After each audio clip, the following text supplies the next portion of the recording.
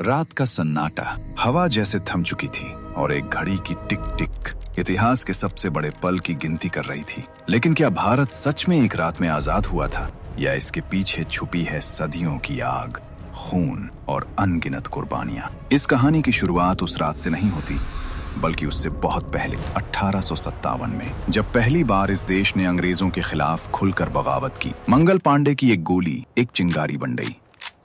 रानी लक्ष्मीबाई तलवार लेकर मैदान में उतरी, तात्या टोपे ने रणनीति बनाई और बहादुर शाह जफर एक प्रतीक बन गए। अंग्रेजों ने इस विद्रोह को कुचल दिया, लेकिन एक बात साफ हो गई, भारत अब हमेशा के लिए चुप नहीं रहने वाला। इसके बाद अंग्रेज और चालाक हो गए। उन्होंने फूट डालो और राज करो की नीति अपनाई। देश के संसाधन लूटे जा रहे थे, किसान कर्ज में डूब रहे थे और उद्योग खत्म हो रहे थे। लेकिन इसी अंधेरे में कुछ लोग रोशनी बनने की कोशिश कर रहे थे। 1885 भारतीय राष्ट्रीय कांग्रेस की स्थापना हुई। शुरुआत में ये एक शांत मंच था, जहां दादा भाई नौरोजी, गोपाल कृष्ण गोखले जैसे नेता अंग्रेजों से सुधार की मांग कर रहे थे। लेकिन धीरे धीरे ये आंदोलन बदलने लगा। बाल गंगाधर तिलक ने ऐलान किया, स्वराज मेरा जन्मसिद्ध अधिकार है, और ये नारा पूरे देश में आग की तरह फैल गया। फिर आया 1905, बंगाल का विभाजन। अंग्रेजों ने इसे प्रशासनिक फैसला बताया, लेकिन असल में ये लोगों को बांटने की चाल थी। इसके खिलाफ पूरे देश में विरोध शुरू हुआ। विदेशी सामान का बहिष्कार, स्वदेशी आंदोलन। लोग अब जाग रहे थे। 1919 जलियांवाला बाग, बैसाखी का दिन। हजारों लोग एकत्र थे और अचानक गोलियों की आवाज गूंजी। जनरल डायर ने बिना चेतावनी के फायरिंग का आदेश दे दिया। लोग भाग नहीं सकते थे, दीवारें ऊंची थीं और गोलियां रुक नहीं रही थीं। उस दिन सिर्फ लोग नहीं मरे, उस दिन भारत की आत्मा घायल हो गई। और यहीं से कहानी में एक बड़ा मोड़ आता है। एक व्यक्ति, सादा कपड़े, शांत चेहरा, लेकिन सोच इतनी ताकतवर कि उसने पूरी लड़ाई की दिशा बदल दी। मोहनदास करमचंद गांधी, जिन्हें दुनिया महात्मा गांधी के नाम से जानती है। उन्होंने कहा, हिंसा से नहीं, अहिंसा से जीतेंगे। 1920 असहयोग आंदोलन।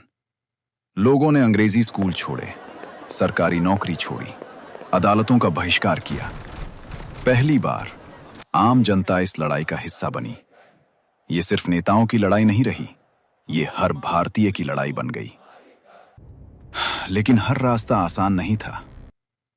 1922 चौरी चौरा की घटना के बाद गांधी जी ने आंदोलन वापस ले लिया। कई लोग निराश हुए, लेकिन यह अंत नहीं था, यह सिर्फ एक विराम था। 1930 नमक सत्याग्रह। गांधी जी साबरमती से दाणी तक पैदल चले, सिर्फ नमक बनाने के लिए। लेकिन यह एक प्रतीक था अन्यायपूर्ण कानून के खिलाफ विद्रोह का। हजारों लोग उनके साथ जुड़े और अंग्रेजों की नींव हिलने लगी। उधर एक और धारा बह रही थी, एक ऐसी धारा जो मानती थी कि आजादी बिना बलिदान के नहीं मिलेगी। भगत सिंह, सुखदेव, राजगुरु, ये नाम सिर्फ नाम नहीं थे, ये एक विचार थे। जब उन्होंने असेंबली में बम फेंका तो उनका मकसद मारना नहीं था, जगाना था। इनकलाब जिंदाबाद का नारा गूंजा और पूरा देश जाग उठा। चंद्रशेखर आजाद, जिन्होंने कभी पकड़े जाने से पहले खुद को गोली मारना चुना।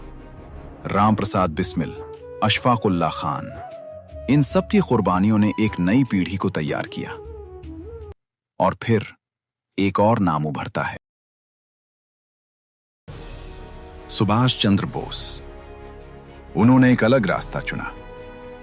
तुम मुझे खून दो, मैं तुम्हें आजादी दूंगा। उन्होंने आजाद हिंद फौज बनाई, विदेशों में जाकर समर्थन जुटाया और अंग्रेजों के खिलाफ युद्ध छेड़ दिया। उनके साथ कैप्टन लक्ष्मी सहगल और हजारों सैनिक थे जो जान देने को तैयार थे। अब अंग्रेजों को एहसास होने लगा था कि ये लड़ाई सिर्फ एक आंदोलन नहीं रही, ये एक जनक्रांति बन चुकी है। 1942 भारत छोड़ो आंदोलन। गांधी जी का स्पष्ट संदेश, करो या मरो। नेताओं को गिरफ्तार कर लिया गया, लेकिन आंदोलन रुक नहीं पाया। गांव-गांव, शहर-शहर लोग सड़कों पर उतर आए। और तभी दुनिया में एक और बड़ा मोड़ आया। द्वितीय विश्व युद्ध। ब्रिटेन इस युद्ध में बुरी तरह फंस गया। उसकी अर्थव्यवस्था टूट रही थी, सेना थक चुकी थी और अब उसके पास भारत को संभालने की ताकत नहीं बची थी। 1946 नौसेना विद्रोह। भारतीय सैनिकों ने भी अब विद्रोह कर दिया। ये एक स्पष्ट संकेत था, अब अंग्रेजों के अपने ही लोग उनके खिलाफ खड़े हो रहे थे। दबाव हर तरफ से बढ़ रहा था, अंदर से जनता, बाहर से अंतर्राष्ट्रीय दबाव और ऊपर से लगातार आंदोलन। अब अंग्रेजों के पास एक ही रास्ता बचा था, भारत छोड़ना। लेकिन कहानी यहीं खत्म नहीं होती। असल मोड़ अभी बाकी था। एक फैसला जिसने इस देश को हमेशा के लिए बदल दिया। विभाजन। धर्म के आधार पर देश को दो हिस्सों में बांटने का निर्णय लिया गया, भारत और पाकिस्तान। यह फैसला कागज पर आसान था, लेकिन जमीन पर यह एक त्रासदी बन गया। लोगों को अपने घर छोड़ने पड़े, सदियों पुराने रिश्ते टूट गए, पड़ोसी दुश्मन बन गए।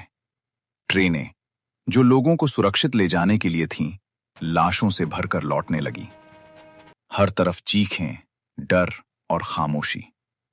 लाखों लोग मारे गए, करोड़ों बेघर हो गए। और इसी अंधेरे के बीच वो रात आई, 14 अगस्त और 15 अगस्त की मध्य रात्रि। दिल्ली, संसद भवन और एक ऐतिहासिक क्षण। घड़ी ने जैसे ही 12 बजाए, एक नया देश जन्म ले चुका था। जवाहरलाल नेहरू की आवाज गूंजी, नियति से वादा, भारत अब आजाद था। लेकिन क्या यह सच में जश्न का पल था? एक तरफ लोग जश्न मना रहे थे, तिरंगा लहरा रहा था और आजादी के नारे गूंज रहे थे। दूसरी तरफ लोग अपने बिछड़े परिवारों को ढूंढ रहे थे, अपनों की लाशों के बीच खड़े थे और एक नई जिंदगी शुरू करने की कोशिश कर रहे थे। आजादी मिली, लेकिन इसकी कीमत बहुत भारी थी। यह सिर्फ एक राजनीतिक बदलाव नहीं था, यह एक भावनात्मक तूफान था जिसने हर दिल को छू लिया। तो क्या भारत एक रात में आजाद हुआ, या ये उन अनगिनत लोगों की कहानी है जिन्होंने अपने सपनों, अपने घर और अपनी जिंदगी तक कुर्बान कर दी? जब हम 15 अगस्त मनाते हैं, तो हमें सिर्फ एक दिन नहीं, बल्कि उस पूरे संघर्ष को याद रखना चाहिए जो 1857 से शुरू होकर 1947 तक चला। गांधी का अहिंसा, भगत सिंह का साहस, बोस का जुनून, नेहरू का नेतृत्व, पटेल की दृढ़ता और लाखों अनजान लोगों का बलिदान। ये सब मिलकर बनी है हमारी आजादी।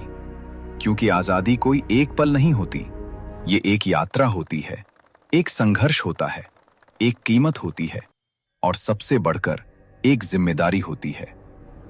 और अब सवाल ये नहीं है कि भारत कैसे आजाद हुआ, सवाल ये है, क्या हम उस आजादी के काबिल हैं?